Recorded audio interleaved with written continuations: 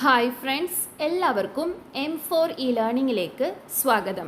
കഴിഞ്ഞ ക്ലാസ്സിൽ വാട്ടർ അല്ലെങ്കിൽ ജലം എന്ന ചാപ്റ്ററാണ് നമ്മൾ പഠിച്ചുകൊണ്ടിരുന്നത് അല്ലേ? എന്തൊക്കെ കാര്യങ്ങളായിരുന്നു ലാസ്റ്റ് ക്ലാസ്സിൽ നമ്മൾ നോക്കിയത്? വാട്ടറിൻ്റെ ബോയിലിംഗ് പോയിൻറ്റിനെ പറ്റി, അതേപോലെ freezing point, anomalous expansion of water, പിന്നെ എന്താണ് സർഫസ് ടെൻഷൻ മുതലായ കാര്യങ്ങളൊക്കെ ലാസ്റ്റ് ക്ലാസ്സിൽ നമ്മൾ ഡിസ്കസ് ചെയ്തു. സോ ഇനി ഇന്നത്തെ ക്ലാസ്സിൽ നമ്മൾ വേറെ കുറച്ച് കാര്യങ്ങളാണ് സെയിം ചാപ്റ്ററിൽ പഠിക്കാൻ പോകുന്നത്. ആദ്യം തന്നെ എന്തൊക്കെയാണ് കമ്പോണൻസ് ഓഫ് വാട്ടർ, അല്ലെങ്കിൽ വാട്ടർ എന്ന് പറയുമ്പോൾ അതിൻ്റെ ഉള്ളിൽ എന്തൊക്കെയാണുള്ളത്? Water is formed by the combination of the constituent elements hydrogen and oxygen. ഹൈഡ്രജനും ഓക്സിജനും ചേർന്നാണ് എന്തുണ്ടാവുന്നത്? വാട്ടർ ഉണ്ടാവുന്നത്. സോ വാട്ടറിൻ്റെ കോൺസ്റ്റിറ്റ്യുവൻസ് അല്ലെങ്കിൽ കമ്പോണൻസ് എന്താണെന്ന് ചോദിച്ചാൽ എന്തൊക്കെയാണ്? ഹൈഡ്രജനും ഓക്സിജനുമാണ്.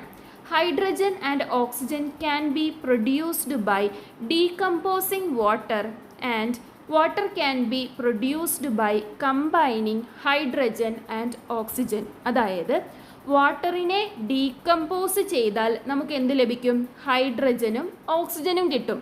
അതേപോലെ ഹൈഡ്രജനെയും ഓക്സിജനെയും കമ്പൈൻ ചെയ്താൽ നമുക്ക് എന്ത് ലഭിക്കും? വാട്ടർ കിട്ടും.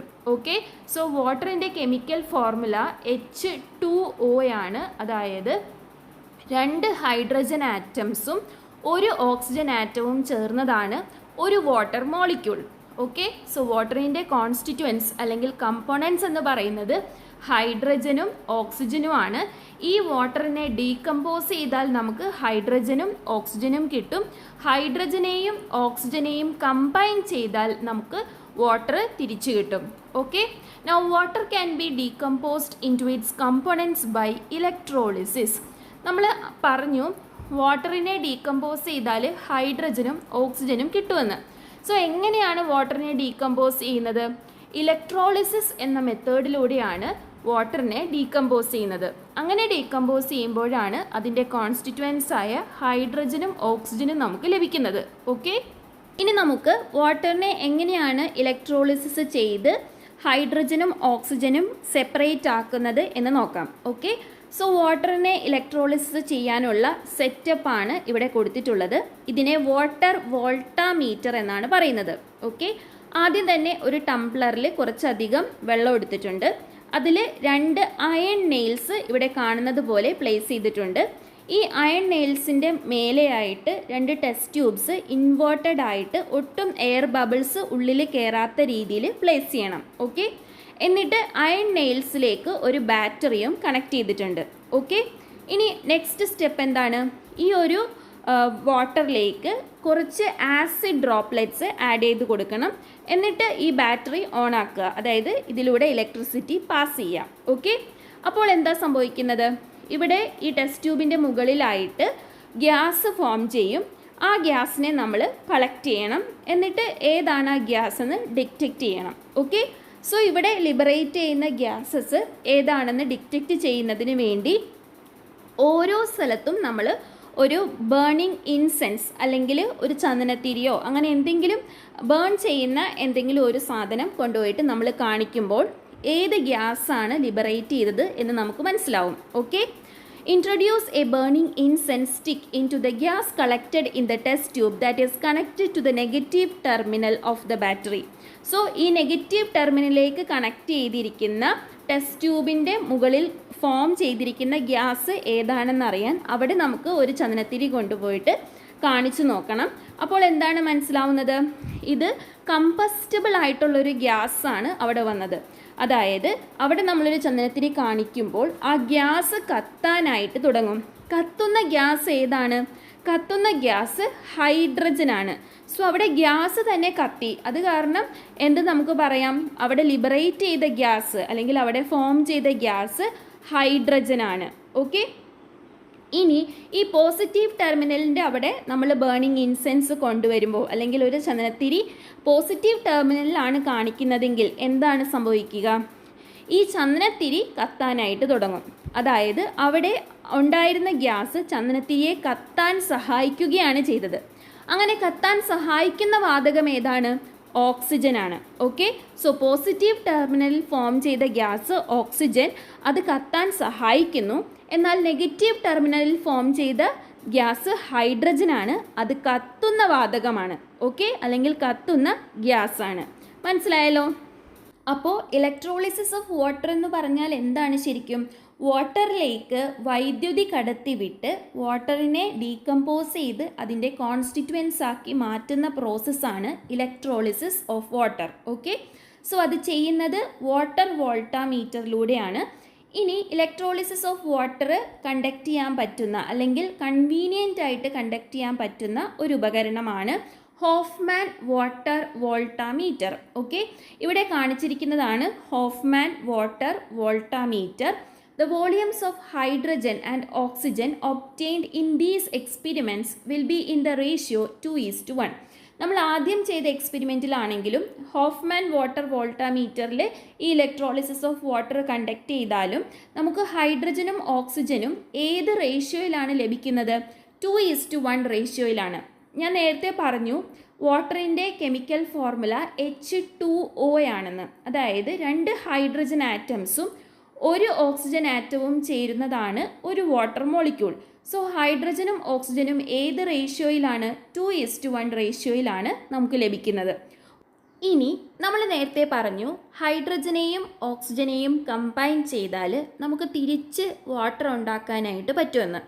അതെങ്ങനെയാണെന്ന് നോക്കാം. Prepare hydrogen by treating zinc with dilute hydrochloric acid.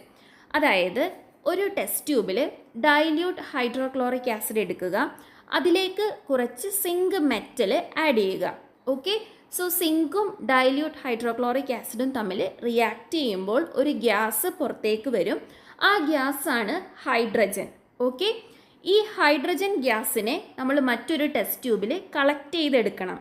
Okay, അതിൻ്റെ ഒരു സെറ്റപ്പാണ് ഇവിടെ കൊടുത്തിട്ടുള്ളത്.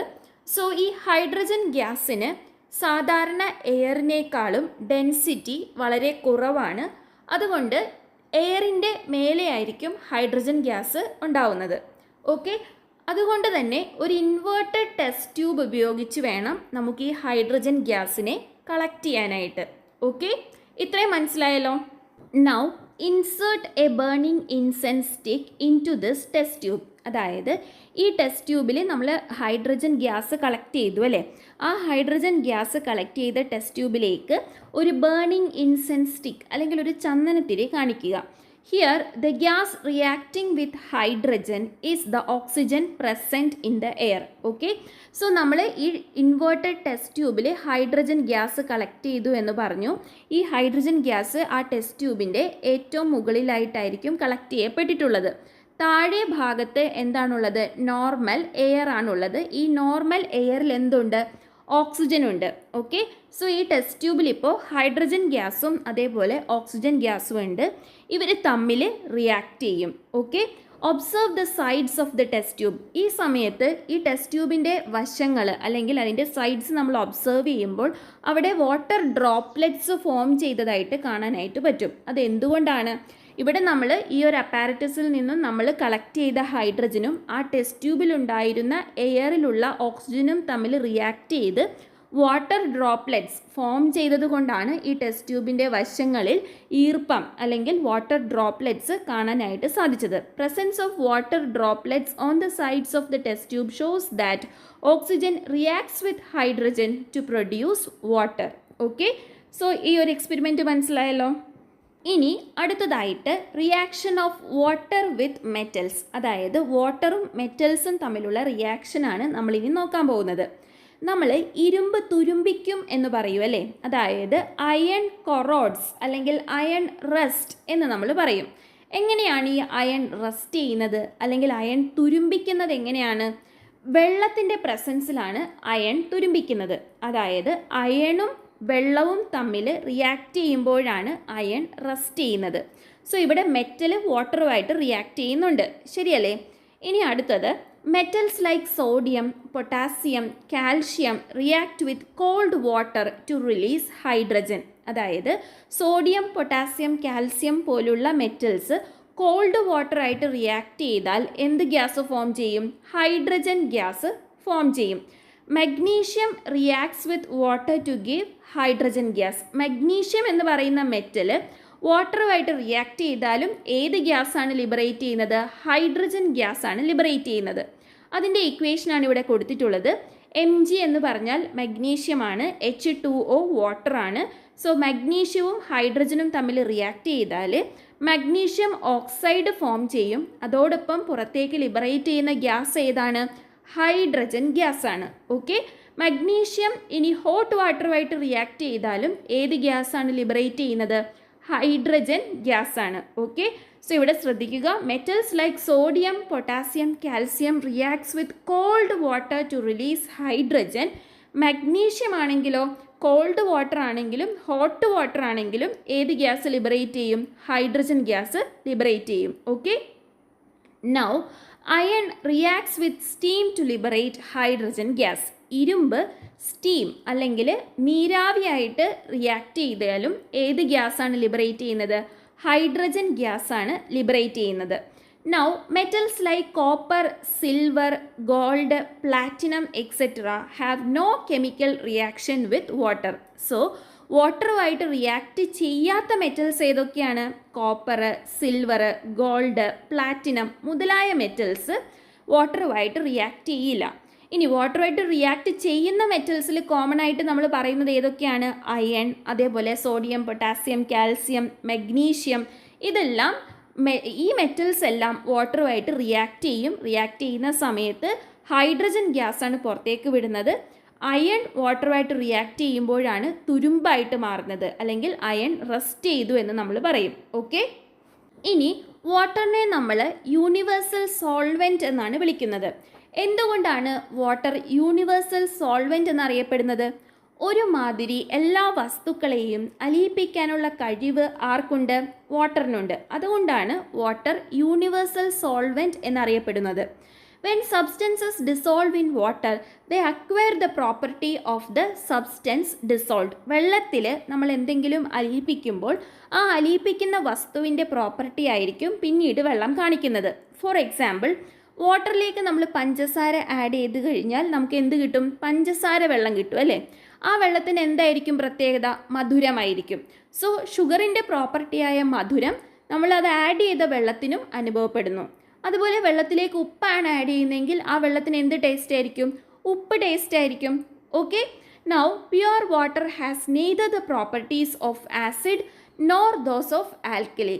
പ്യുവർ വാട്ടർ ആണെങ്കിൽ അതിന് ആസിഡിൻ്റെ പ്രോപ്പർട്ടിയും ഉണ്ടായിരിക്കില്ല, ആൽക്കലിയുടെ പ്രോപ്പർട്ടിയും ഉണ്ടായിരിക്കില്ല. Hence it is called neutral solvent.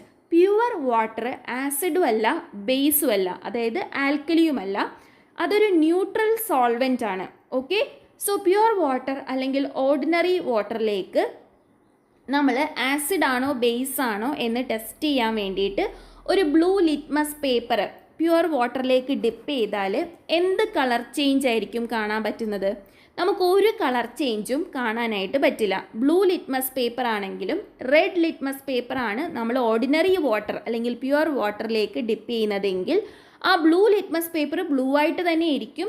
Red litmus paper ആണെങ്കിലോ അത് റെഡായിട്ട് തന്നെ ഇരിക്കും. അതിൽ നിന്നും എന്ത് മനസ്സിലാക്കാം? ഓർഡിനറി വാട്ടർ അല്ലെങ്കിൽ പ്യുവർ വാട്ടർ എന്ന് പറയുന്നത് ഒരു ന്യൂട്രൽ സോൾവെൻ്റ് ആണ്. അതിന് ആസിഡിൻ്റെ പ്രോപ്പർട്ടിയും ഉണ്ടായിരിക്കില്ല, ബേസിൻ്റെ പ്രോപ്പർട്ടിയും ഉണ്ടായിരിക്കില്ല. എന്നാൽ വെള്ളത്തിലേക്ക് നമ്മൾ കുറച്ച് ആസിഡ് ആഡ് ചെയ്തു, അതിനുശേഷം നമ്മൾ അതിലേക്ക് ബ്ലൂ ലിറ്റ്മസ് പേപ്പർ ഡിപ്പ് ചെയ്യുകയാണ്. അങ്ങനെയെങ്കിൽ എന്ത് കളർ ചേഞ്ച് കാണാൻ പറ്റും? ബ്ലൂ ലിറ്റ്മസ് പേപ്പർ റെഡായിട്ട് മാറും. എന്തുകൊണ്ടാണ്? ഇപ്പോൾ വാട്ടറിന് ആസിഡിൻ്റെ പ്രോപ്പർട്ടീസ് വന്നു. ഓക്കെ, ഇനി ആസിഡ് മിക്സ് ചെയ്ത വെള്ളത്തിൽ നമ്മൾ റെഡ് ലിറ്റ്മസ് പേപ്പറാണ് ഡിപ്പ് ചെയ്യുന്നതെങ്കിലോ കളർ ചേഞ്ച് ഉണ്ടാവില്ല. കാരണം റെഡ് ലിറ്റ്മസ് പേപ്പർ ആസിഡിൽ ഡിപ്പ് ചെയ്താൽ കളർ ചേഞ്ച് ഉണ്ടാവില്ല. ഓക്കെ, ഇനി വാട്ടർ മിക്സ്ഡ് വിത്ത് ആൽക്കലി അല്ലെങ്കിൽ ബേസ് നമ്മൾ വാട്ടറിലേക്ക് മിക്സ് ചെയ്തിട്ട് ഒരു റെഡ് ലിറ്റ്മസ് പേപ്പർ നമ്മൾ അതിലേക്ക് ഡിപ്പ് ചെയ്തു എന്ന് വിചാരിക്കുക. റെഡ് ലിറ്റ്മസ് പേപ്പറിന് എന്ത് കളർ ചേഞ്ച് ഉണ്ടാവും? അത് ബ്ലൂ ആയിട്ട് മാറും. എന്നാൽ blue litmus paper alkali mix ചെയ്ത വാട്ടറിലേക്ക് ഡിപ്പ് ചെയ്താൽ ഒരു കളർ ചേഞ്ചും ഉണ്ടാവില്ല. ഓക്കെ, സോ ഓർഡിനറി വാട്ടറിൽ നമ്മൾ ഏത് ലിറ്റ്മസ് പേപ്പർ ഡിപ്പ് ചെയ്താലും കളർ ചേഞ്ച് ഉണ്ടാവില്ല. കാരണം ഓർഡിനറി വാട്ടർ ന്യൂട്രൽ സോൾവെൻ്റ് ആണ്, ആസിഡും അല്ല ബേസും അല്ല. ഇനി അസിഡിക് വാട്ടറിലേക്ക് നമ്മൾ ബ്ലൂ ലിറ്റ്മസ് പേപ്പർ ഡിപ്പ് ചെയ്താൽ അത് റെഡായിട്ട് മാറും. ഇനി ആൽക്കലി മിക്സ് ചെയ്ത വാട്ടറിലേക്ക് നമ്മൾ റെഡ് ലിറ്റ്മസ് പേപ്പർ ഡിപ്പ് ചെയ്താൽ അത് ബ്ലൂ ആയിട്ട് മാറും. ക്ലിയർ ആയല്ലോ? സോ ഇപ്പം നമ്മൾ പറഞ്ഞ കാര്യങ്ങൾ പിക്ചറൈസ് ചെയ്ത് ഇവിടെ കൊടുത്തിട്ടുണ്ട്. ആദ്യം തന്നെ ഓർഡിനറി വാട്ടർ അല്ലെങ്കിൽ പ്യുവർ വാട്ടർ എടുത്തിട്ടുണ്ട്. അതിലേക്ക് ബ്ലൂ ലിറ്റ്മസ് പേപ്പറും റെഡ് ലിറ്റ്മസ് പേപ്പറും ഡിപ്പ് ചെയ്തു. കളർ ചേഞ്ച് ഒന്നും ഒബ്സർവ് ചെയ്യാനായിട്ട് പറ്റില്ല. ഓക്കെ. ഇനി അസിഡിക് വാട്ടറിലേക്ക് നമ്മൾ ബ്ലൂ ലിറ്റ്മസ് പേപ്പർ ഡിപ്പ് ചെയ്തപ്പോൾ കളർ ചേഞ്ച് സംഭവിച്ചു. ബ്ലൂ ലിറ്റ്മസ് റെഡായിട്ട് മാറി. ഓക്കെ. ഇനി ബേസിക് സൊല്യൂഷൻ അല്ലെങ്കിൽ ആൽക്കലൈൻ വാട്ടറിലേക്ക് നമ്മൾ റെഡ് ലിറ്റ്മസ് പേപ്പർ ഡിപ്പ് ചെയ്തപ്പോൾ അതിന് കളർ ചേഞ്ച് സംഭവിച്ചു. റെഡ് ലിറ്റ്മസ് ബ്ലൂ ആയിട്ട് മാറി. ഇപ്പോൾ ക്ലിയർ ആയില്ലേ? Now water can acquire the colour of any coloured substance added to it. വാട്ടറിലേക്ക് കളറുള്ള എന്തെങ്കിലും വസ്തുക്കൾ നമ്മൾ ആഡ് ചെയ്ത് കഴിഞ്ഞാൽ ആ വസ്തുവിൻ്റെ നിറം എന്താണോ അത് വാട്ടറിലേക്ക് വരും. അതായത് വാട്ടറിലേക്ക് നമ്മൾ കുറച്ച് റെഡ് ഇങ്ക് ആഡ് ചെയ്ത് കഴിഞ്ഞാൽ വെള്ളത്തിന് എന്ത് കളർ കിട്ടും? റെഡ് കളർ കിട്ടും. ഇനി വെള്ളത്തിലേക്ക് നമ്മൾ കോപ്പർ സൾഫേറ്റ് ആഡ് ചെയ്ത് കഴിഞ്ഞാൽ കോപ്പർ സൾഫേറ്റിൻ്റെ നിറമായ ബ്ലൂ കളർ വെള്ളത്തിന് ലഭിക്കും. ഇനി വാട്ടറിലേക്ക് നമ്മൾ നിക്കൽ സൾഫേറ്റ് ആണ് ആഡ് ചെയ്യുന്നതെങ്കിൽ എന്ത് കളറാണ് വരുന്നത്? ഗ്രീൻ കളറാണ് വാട്ടറിന് ലഭിക്കുന്നത്. കാരണം നിക്കൽ സൾഫേറ്റിൻ്റെ കളറ് ഗ്രീൻ ആണ്. Since water can dissolve various substances and is widely used for preparing solutions, it is A universal solvent. ഒരുപാട് സബ്സ്റ്റൻസസിനെ അല്ലെങ്കിൽ ഒരുപാട് വസ്തുക്കളെ ഡിസോൾവ് ചെയ്യാൻ വാട്ടറിന് കഴിയും. അതേപോലെ ഒരുപാട് സൊല്യൂഷൻസ് പ്രിപ്പയർ ചെയ്യാൻ നമ്മൾ വാട്ടർ യൂസ് ചെയ്യുന്നുണ്ട്. ഇതൊക്കെ കൊണ്ടാണ് വാട്ടറിനെ യൂണിവേഴ്സൽ സോൾവെൻറ്റ് എന്ന് വിളിക്കുന്നത്. ഓക്കെ. ഇനി എന്താണ് ഹാർഡ്നെസ് ഓഫ് വാട്ടർ? നിങ്ങൾ വെള്ളത്തിന് കട്ടിയുണ്ട് അല്ലെങ്കിൽ കട്ടി കുറവാണ് എന്നൊക്കെ പറഞ്ഞ് കേട്ടിട്ടുണ്ടാകും അല്ലേ? എന്താണ് ഈ വെള്ളത്തിൻ്റെ കട്ടി അല്ലെങ്കിൽ hardness of water? Hard water is formed due to the dissolution of the salts of calcium and magnesium present in soil and rocks as rainwater seeps through the soil. മഴവെള്ളം മണ്ണിലൂടെ താഴേക്ക് ഊറുന്ന സമയത്ത് മണ്ണിലും പാറയിലുമൊക്കെയുള്ള കാൽഷ്യത്തിൻ്റെയും മഗ്നീഷ്യത്തിൻ്റെയും സോൾട്സ് അല്ലെങ്കിൽ കാൽഷ്യം മഗ്നീഷ്യം കണ്ടൻ്റ് ആയിട്ട് വരുന്ന ഉപ്പ് വെള്ളത്തിൽ dissolve ആകുമ്പോഴാണ് ഹാർഡ് വാട്ടർ ഫോം ചെയ്യുന്നത്. ഈ ഹാർഡ് വാട്ടറിൻ്റെ പ്രത്യേകത എന്താണ്? Hard water does not give easy lather with soap because the salts of calcium and magnesium react with soap to form insoluble salts. അതായത് ഈ ഹാർഡ് വാട്ടറിൽ നമ്മൾ സോപ്പ് പതപ്പിക്കാനായിട്ട് ശ്രമിച്ചാൽ ഈ സോപ്പ് പതയില്ല. സോപ്പ് ഇങ്ങനെ പിരിഞ്ഞ് പിരിഞ്ഞ് കിടക്കും. എന്തുകൊണ്ടാണ്? ഹാർഡ് വാട്ടറിൽ കാൽഷ്യത്തിൻ്റെയും മഗ്നീഷ്യത്തിൻ്റെയും സോൾട്സ് ഉണ്ട് അല്ലേ? ഈ കാൽഷ്യം മഗ്നീഷ്യം സോൾട്സ് സോപ്പുമായിട്ട് റിയാക്ട് ചെയ്തിട്ട് ഇൻസോലുബിൾ ആയിട്ടുള്ള ഒരു തരം സോൾട്ട് ഫോം ചെയ്യും. അതായത് അത് വെള്ളത്തിൽ ലയിക്കില്ല, വെള്ളത്തിൽ ഇങ്ങനെ പിരിഞ്ഞ് പിരിഞ്ഞ് കിടക്കും. അതുകൊണ്ട് സോപ്പ് ഹാർഡ് വാട്ടറിൽ പതയില്ല. Water in which soap gives lather readily is called soft water. അതായത് ഏത് വെള്ളത്തിലാണോ സോപ്പ് നന്നായിട്ട് പെട്ടെന്ന് പതഞ്ഞ് വരുന്നത് ആ വെള്ളത്തിനെ നമ്മൾ എന്ത് വിളിക്കും? സോഫ്റ്റ് വാട്ടർ അല്ലെങ്കിൽ ഹാർഡ്നെസ് ഇല്ലാത്ത വെള്ളം. അതിൽ കാൽഷ്യത്തിൻ്റെയും മഗ്നീഷ്യത്തിൻ്റെയും സോൾട്സ് കാണാനായിട്ട് സാധിക്കില്ല. അങ്ങനെയുള്ള വെള്ളത്തിൽ സോപ്പ് പെട്ടെന്ന് പതയും. ഓക്കെ. ഇനി രണ്ട് തരം ഹാർഡ്നെസ് ഉണ്ട്. ഒന്ന് ടെമ്പററി ഹാർഡ്നെസ്, മറ്റൊന്ന് permanent hardness. The hardness of water containing calcium or magnesium bicarbonates is removed during boiling. This type of hardness of water is known as temporary hardness. അതായത് വെള്ളത്തിലുള്ള കാൽഷ്യത്തിൻ്റെയും മഗ്നീഷ്യത്തിൻ്റെയും salts calcium അല്ലെങ്കിൽ magnesium bicarbonates ആണെങ്കിൽ ആ വെള്ളം ചൂടാക്കുന്ന സമയത്ത് ഈ hardness പൊയ്ക്കോളും. അങ്ങനെയുള്ള ഹാർഡ്നെസ്സിനെയാണ് temporary hardness എന്ന് പറയുന്നത്. ഒരു വെള്ളം ഹാർഡ് വാട്ടർ ആണ്, അതിനെ നമ്മൾ ബോയിൽ ചെയ്താൽ അതിൻ്റെ ഹാർഡ്നെസ് മാറുമെന്നുണ്ടെങ്കിൽ അതിനെ നമ്മൾ ടെമ്പററി ഹാർഡ്നെസ് എന്ന് പറയും. അപ്പോൾ ടെമ്പററി ഹാർഡായിട്ടുള്ള വെള്ളത്തിൽ ഉള്ള സോൾട്സ് എന്താണ്? കാൽഷ്യം അല്ലെങ്കിൽ മഗ്നീഷ്യത്തിൻ്റെ ബൈകാർബണേറ്റ്സ് ആയിരിക്കും. Okay. Now, the hardness of water containing the chlorides and sulfates of calcium and magnesium is not removed even after boiling. എന്നാൽ ചില ഹാർഡ് വാട്ടറിനെ നമ്മൾ ബോയിൽ ചെയ്താലും അതിൻ്റെ ഹാർഡ്നെസ് മാറില്ല. അങ്ങനെയുള്ള ഹാർഡ് വാട്ടറിനെ നമ്മൾ പെർമനൻറ്റ് ഹാർഡ് വാട്ടർ അല്ലെങ്കിൽ പെർമനൻറ്റ് ഹാർഡ്നെസ് എന്നാണ് അതിന് പറയുന്നത്. അങ്ങനെയുള്ള ഹാർഡ് വാട്ടറിലുള്ള സോൾട്ട്സ് എങ്ങനത്തെ ആയിരിക്കും? കാൽഷ്യത്തിൻ്റെയും മഗ്നീഷ്യത്തിൻ്റെയും ക്ലോറൈഡ്സും സൾഫേറ്റ്സും ആയിരിക്കും. Okay, permanent hardness of water can be removed only by using certain chemicals. ഈ പെർമനൻറ്റ് ഹാർഡ്നെസ്സിനെ നമുക്ക് മാറ്റണമെങ്കിൽ ചില കെമിക്കൽ ട്രീറ്റ്മെൻറ്റ്സ് നമ്മൾ വെള്ളത്തിന് ചെയ്യണം. ഓക്കെ, എന്നാൽ ടെമ്പററി ഹാർഡ്നെസ് ജസ്റ്റ് ബോയിൽ ചെയ്താൽ തന്നെ നമുക്ക് റിമൂവ് ചെയ്യാനായിട്ട് പറ്റും. ക്ലിയർ അല്ലേ? സോ ഹാർഡ് വാട്ടർ എന്താണെന്ന് മനസ്സിലായല്ലോ. ഇനി അടുത്തത് ഹെവി വാട്ടർ ആണ്. എന്താണ് ഹാർഡ് വാട്ടറും ഹെവി വാട്ടറും തമ്മിലുള്ള വ്യത്യാസം? ഹെവി വാട്ടർ അല്ലെങ്കിൽ ഘനജലം എന്ന് പറയുന്നത് വാട്ടർ മോളിക്യൂൾസ് കണ്ടെയ്നിങ് ഡ്യൂട്ടീരിയം ആണ്. അതായത് ഡ്യൂട്ടീരിയം എന്ന് പറയുന്നത് ഹൈഡ്രജൻ്റെ ഒരു ഐസോട്ടോപ്പാണ്. ഓക്കെ, ഹൈഡ്രജന് 3 ഐസോട്ടോപ്സ് ആണ് ഉള്ളത്. ഒന്നാമത്തേത് നോർമൽ ഓർഡിനറി ഹൈഡ്രജൻ ആറ്റം ആയിരിക്കും. രണ്ടാമത്തേത് ഹൈഡ്രജൻ 2 അല്ലെങ്കിൽ ഡ്യൂട്ടീരിയമാണ്. മൂന്നാമത്തേത് ഹൈഡ്രജൻ 3 അല്ലെങ്കിൽ ട്രിഷ്യമാണ്. ഇതിൽ സാധാരണ വെള്ളം എന്ന് പറയുന്നത് H2O ആണ്. അതിൽ നോർമൽ ഓർഡിനറി ഹൈഡ്രജൻ ആറ്റംസ് ആണ് ഉള്ളത്. എന്നാൽ ഹെവി വാട്ടർ അല്ലെങ്കിൽ ഘനജലത്തിലുള്ളത് ഡ്യൂട്ടീരിയമാണ്. എന്താണ് ഈ ഡ്യൂട്ടീരിയത്തിൻ്റെ പ്രത്യേകത? നോർമൽ ഹൈഡ്രജൻ നമ്മൾ എടുക്കുന്ന സമയത്ത് അതിൻ്റെ ന്യൂക്ലിയസിൽ ഒരു പ്രോട്ടോൺ മാത്രമേ ഉണ്ടാവുള്ളൂ. അതിൽ ന്യൂട്രോൺ ആബ്സെൻ്റ് ആയിരിക്കും. എന്നാൽ ഡ്യൂട്ടീരിയം നമ്മൾ എടുക്കുമ്പോൾ അതിൻ്റെ ന്യൂക്ലിയസിൽ ഒരു ന്യൂട്രോൺ ഉണ്ടായിരിക്കും. ഇനി ട്രിഷ്യത്തിലാണെങ്കിലോ 2 ന്യൂട്രോൺസ് ന്യൂക്ലിയസിൽ കാണാനായിട്ട് സാധിക്കും.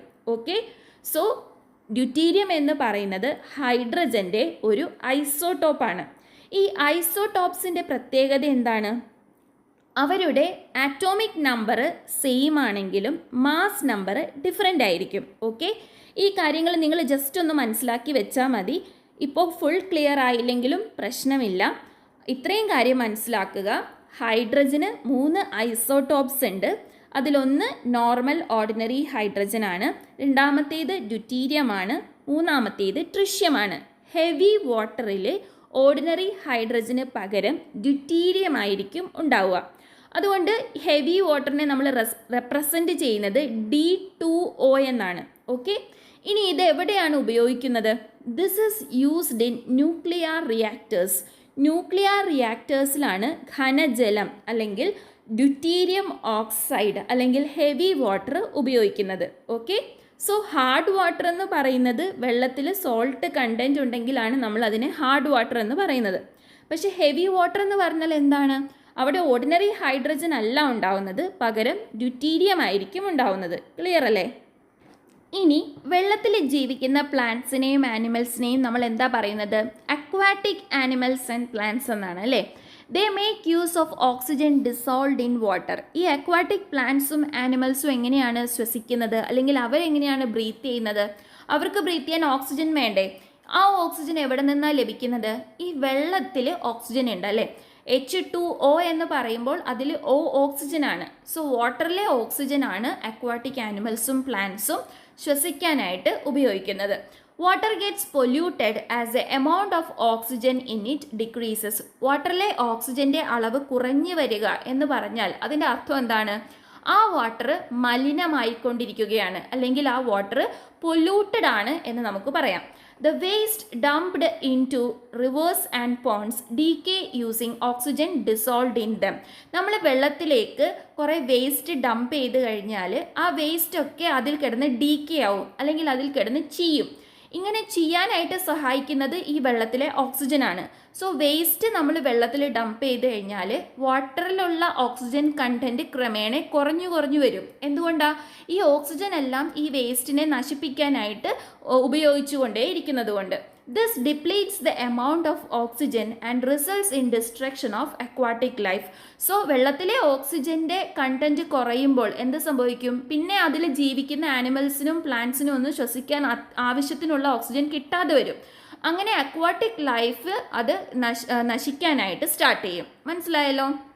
ഇനി ഏതെല്ലാം രീതിയിലാണ് വാട്ടർ പൊല്യൂട്ടഡ് ആകുന്നത് എന്ന് നോക്കാം. ഓക്കെ, വാട്ടർ റിസോഴ്സസിലേക്ക് വേസ്റ്റ് ഡംപ് ചെയ്യുന്നത്, അതേപോലെ ഫെർട്ടിലൈസേഴ്സിൻ്റെ അമിതമായ ഉപയോഗം, എക്സസീവായിട്ട് ഡിറ്റർജൻസിൻ്റെ ഉപയോഗം, അതേപോലെ വാട്ടർ റിസോഴ്സസിലേക്ക് ഇൻസെക്ടിസൈഡ്സ് മിക്സ് ആവുന്നത്, ഇതെല്ലാം വാട്ടർ പൊല്യൂഷന് കാരണമാവുന്നുണ്ട്. സോ നമുക്ക് എങ്ങനെ വാട്ടറിനെ സേവ് ചെയ്യാം? വാട്ടർ റിസോഴ്സസിലേക്ക് അല്ലെങ്കിൽ പോണ്ടിലേക്കോ വെല്ലിലേക്കോ റിവറിലേക്കോ ഒന്നും വേസ്റ്റ് ഡംപ് ചെയ്യാതിരിക്കുക, അമിതമായി കെമിക്കൽ ഫെർട്ടിലൈസേഴ്സ് ഉപയോഗിക്കാതിരിക്കുക, എക്സസീവായിട്ട് അല്ലെങ്കിൽ ആവശ്യത്തിലും അധികം ഡിറ്റർജൻസ് ഉപയോഗിക്കാതിരിക്കുക, ഇൻസെക്ടിസൈഡ്സ് വാട്ടർ റിസോഴ്സസുമായിട്ട് കലരാതിരിക്കാൻ മാക്സിമം ട്രൈ ചെയ്യുക. ഇങ്ങനെയെല്ലാം ചെയ്യുന്നതിലൂടെ നമുക്ക് വാട്ടറിനെ സേവ് ചെയ്യാനായിട്ട് പറ്റും, അല്ലെങ്കിൽ വാട്ടർ റിസോഴ്സസിനെ സേവ് ചെയ്യാനായിട്ട് സാധിക്കും. ഓക്കെ, ഇന്ന് നമ്മൾ ഫേസ് ചെയ്യുന്ന ഏറ്റവും വലിയ ബുദ്ധിമുട്ട് അല്ലെങ്കിൽ ഏറ്റവും വലിയൊരു പ്രശ്നമാണ് കുടിവെള്ളത്തിൻ്റെ ലഭ്യത കുറവ്, അല്ലേ? സോ അതിനെ നമുക്ക് എങ്ങനെ പരിഹരിക്കാം? ഈ ഒരു പ്രശ്നം നമുക്ക് എങ്ങനെ പരിഹരിക്കാനായിട്ട് പറ്റും? വെള്ളം ആവശ്യത്തിന് മാത്രം ഉപയോഗിക്കുക, കുടിക്കാൻ യോഗ്യമായ വെള്ളം അമിതമായി ചിലവാക്കാതിരിക്കുക, അല്ലെങ്കിൽ അനാവശ്യ കാര്യങ്ങൾക്ക് കുടിവെള്ളം ചിലവാക്കാതിരിക്കുക. അതായത് ടാപ്പ് വാട്ടർ, കുടിക്കാൻ യോഗ്യമായ ടാപ്പ് വാട്ടർ ഗാർഡനിങ്ങിന് യൂസ് ചെയ്യരുത്. അതേപോലെ മറ്റ് പാത്രം കഴുകാനോ അല്ലെങ്കിൽ നമ്മുടെ വെഹിക്കിൾസ് കഴുകാനോ ഒന്നും നല്ല വെള്ളം, കുടിക്കാൻ പറ്റുന്ന വെള്ളം ഉപയോഗിക്കാതിരിക്കുക. അതേപോലെ വെള്ളത്തിനെ സേവ് ചെയ്യാനായിട്ട് അല്ലെങ്കിൽ കൺസേർവ് ചെയ്യാനായിട്ടുള്ള ഏറ്റവും നല്ലൊരു മെത്തേഡാണ് rain water harvesting. Okay, so ഇങ്ങനെയൊക്കെ നമുക്ക് വെള്ളത്തിനെ സേവ് ചെയ്യാം അല്ലെങ്കിൽ കൺസേർവ് ചെയ്യാനായിട്ട് പറ്റും. ഓക്കെ, സോ ഇത്രയും കാര്യങ്ങളാണ് ഈ ഒരു ചാപ്റ്ററിൽ നമുക്ക് പഠിക്കാനുള്ളത്. ഈ ഒരു ചാപ്റ്റർ നിങ്ങൾക്ക് ക്ലിയർ ആയി മനസ്സിലായി എന്ന് വിചാരിക്കുന്നു. നിങ്ങളുടെ അഭിപ്രായങ്ങളും നിർദ്ദേശങ്ങളും കമൻറ്റായി അറിയിക്കാൻ മറക്കരുത്.